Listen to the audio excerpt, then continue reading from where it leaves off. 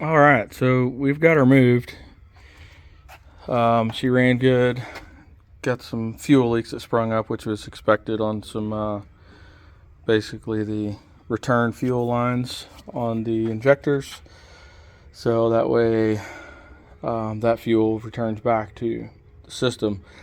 Anyways, they're just soft lines, but anyways, we'll get over there in a second. So we're seeing the condition of the lift underneath.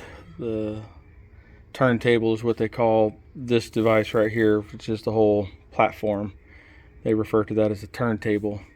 Anyways, this is all the hydraulic lines that come to the lower part of the drive unit, and we'll take a look at this stuff because I've already ordered new decals, new bezel that you can see where this one was, new decal here. Ordered new e-stops, all new switches. These work, but I'm going to replace them as needed. I went ahead and ordered what I did need to replace all of them, and I'll go back and I'll order these little protective guards here. I did have it full with fuel before. When I was on location where I got the machine, I filled it up, and then it has leaked out due to the leaks, which you can see here. So my goal is I'm going to try to get this thing just where I can use it, but I'm just going to do a wash down, clean, get all this stuff out, make it where it's operational, fully functional. I will fix the wiring harnesses that go to limit switches, which some of them are mechanical, which is like this one right here is a hydraulic limit switch, and then other are electronic, which tie into that there. So I'm going to clean this machine. I'm going to use a degreaser that I get from Harbor Freight. I am not a super fan of Harbor Freight. I don't like buying Harbor Freight tools that are cheap, and whenever I'm buying tools that I need to last and do quality work. Now, if I'm buying impact sockets that I need to be sacrificing because I have some stubborn bolts, then yes, I will buy some of their tools. Their Icon series I've tried out. I like them as a replacement when you need a high gear ratio for ratchets, such as Snap-on. They are very good at mimicking the Snap-on quality and size, which is important when you're working on certain things. So let's get to the fuel leaks that were happening over here. I'm gonna squeeze back in over here, and we're gonna take a look. As you can see, it's pouring down the whole side of the engine now. As you can look and see, this one has been replaced. There on location where I got the machine, I found a hose that was in the dirt and it was clean. Cleaned it out, flushed it. This is the original fuel line. You see it's got this braiding material on it for heat resistance because it gets hot in here. These lines are all starting to leak, which doesn't surprise me because of the age, and we're going to replace all those. That's where the leak's coming from. It's just returning down and dripping out and pouring down the engine. As you can see, I was watching. I have a fire extinguisher available. Safety is very important here with me, as I've worked in an industry where safety is number one. But anyways, this is definitely something that needs to be fixed. We can't have leaking fuel over a hot engine. And this is the oil suction line from the engine, which cools, because this is what they would call an oil to air cooled engine. There is no radiator for coolant.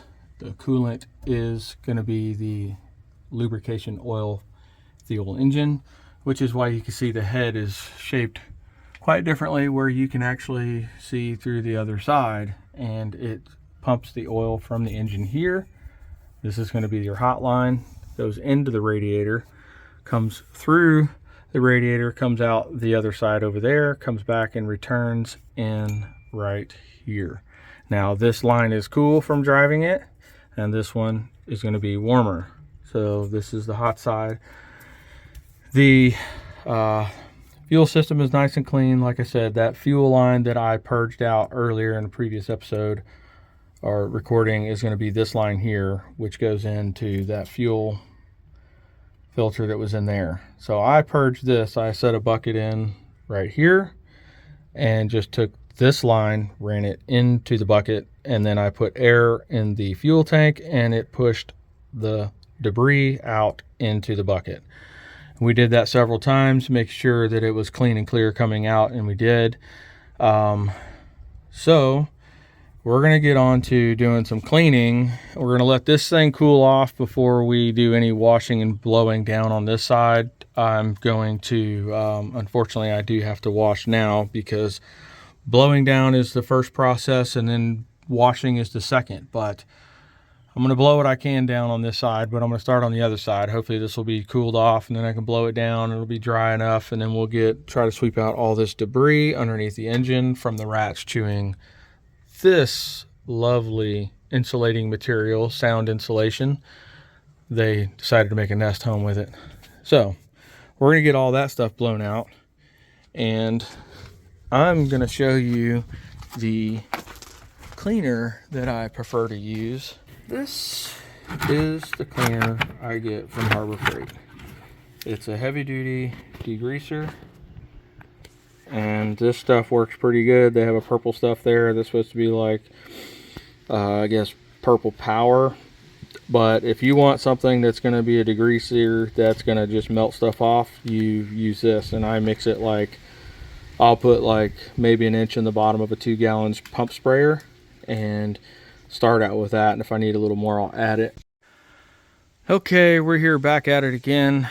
I said I would take a video around the machine showing the condition of the machine before we actually really get down and start doing some cleaning on it. You have seen a little bit. I did clean out a lot of the debris that was keeping me from working on it, such as all the rat's nest that was in here and way up in there. We'll go right up in this area. They chewed through that wiring harness, which is about $1,600 from JLG.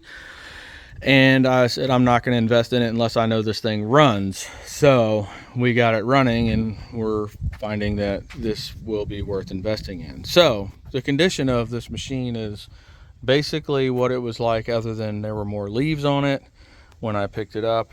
This one particular tire, the whole machine sank into the dirt. As you can see, it was sitting there. And we didn't have to add any air to any of the tires except for this one, and it didn't need much. As you can see, this machine was sitting under an oak tree, so it's got the nice southern East Texas kind of growth here. As you can see, the moss, whatever they call this stuff, I can't remember for the life of me right now, but it's got some of that on it. As you can see, the machine has all been like that. This kind of relaxed where it sat in the dirt, as you can see there.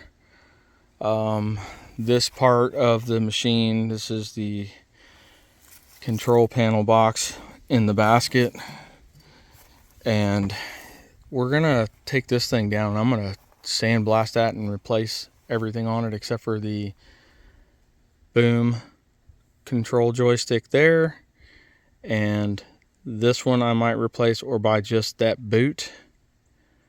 But I will replace all the switches and all the decals. The basket, if you're using this, typically they should be certified. And JLG does offer that service. I'm not going to do that because I'm not renting the machine out. It's for personal use. But I will go through and refurbish this box. There is a computer in it. This was full. As you can see, it had a bunch of water ingress at one point. Fortunately, that computer box, that's actually a computer box. It is sealed. JLG makes them sealed. I pulled it out and checked it. I had to actually break off these bolts because I needed to check the harness because I wasn't getting it operating up here. My ADD is kicking in. I'm getting off topic, but anyways, so this is the condition. I will redo all that. We're going to get it cleaned up. I may order a new basket. I may blast and repair this one. Not 100% sure what we're going to do. Its basket is $1,600 from JLG. It's a bolt-on.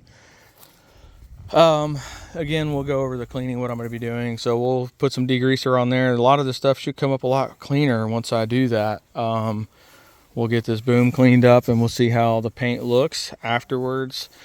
I can order all new stickers if I need to, decals, they offer them all.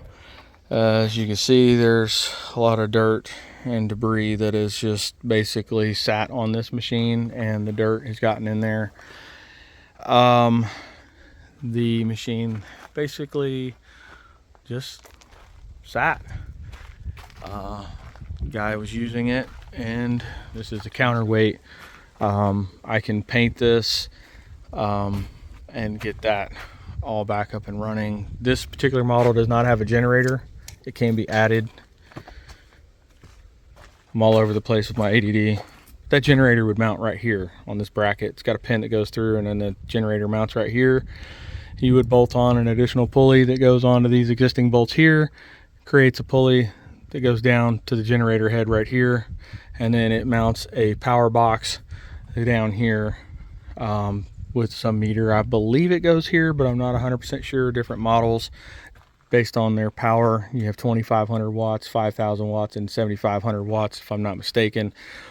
Those can be ordered from JLG, and it's an aftermarket. You can also add an air compressor on these things, which is kind of neat. It actually would mount back inside of this, and here I'm assuming that they would have a plate that goes down here and it mounts to that.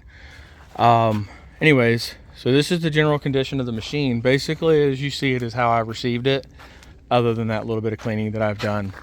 So let's get her blow her down and get her blown off and get all the dirt out and the big stuff, and then we'll go to degreasing and washing.